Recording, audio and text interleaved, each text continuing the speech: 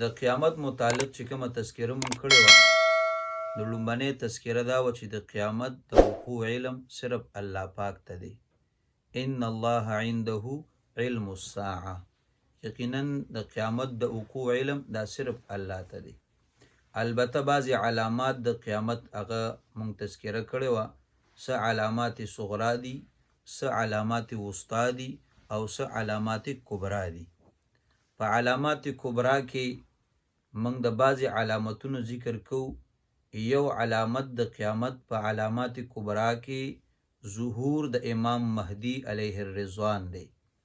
د حضرت امام مهدی علیه الرضوان متعلق جناب نبی کریم علیه السلام مبارک احادیث مبارکو کې تفصیلاً د هغوی پیشنګویي ورکړې. نبی کریم علیه السلام مبارک فرمایي د امام مهدی علیه الرضوان نوم دا زما د نوم موافق دی، معنی د هغه نوم محمد دی، د پلار نوم عبدالله دی او د فاطمة الزهرا رضی الله تعالی عنها په خاندان او د هغې په نسب کې وی. او دغه امام مهدی علیه الرضوان دا د مدینې منورې اوسیدونکی وی.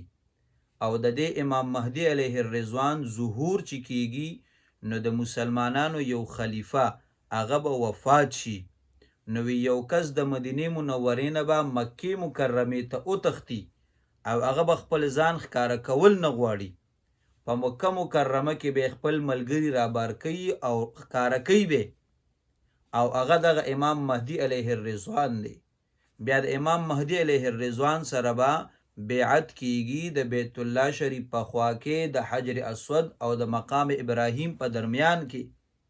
بیا د امام مهدی علیه الرضوان سره به د شام او د عراق اولیاء او صلحا هغې به راځي او بیعت پکوي، او د امام مهدی علیه الرضوان د هغې حکومت او مشري به قایمه شي او بیا به د عیسایت سره جهاد کیږي، مقابله به کیږي.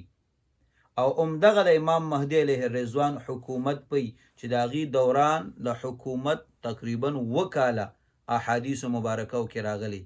د عیسی علیه السلام آمد به کیږي، د سحر د مونځ ټیم وی، او عیسی علیه السلام به دغه مونځ د امام مهدی علیه الرضوان په امامتی کې ادا کوي.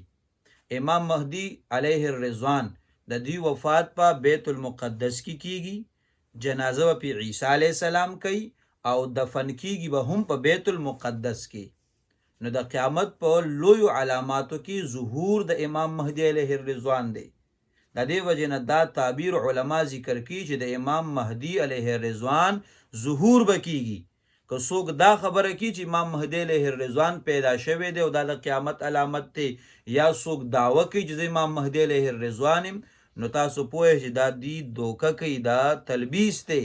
د امام مهدی علیه الرضوان د پیدایش خبرې به نه یا دعوه کوونکي به څوک نه چې زه امام مهدی علیه الرضوان یم، بلکې د امام مهدی علیه الرضوان ظهور به په خپله باندې کیږي.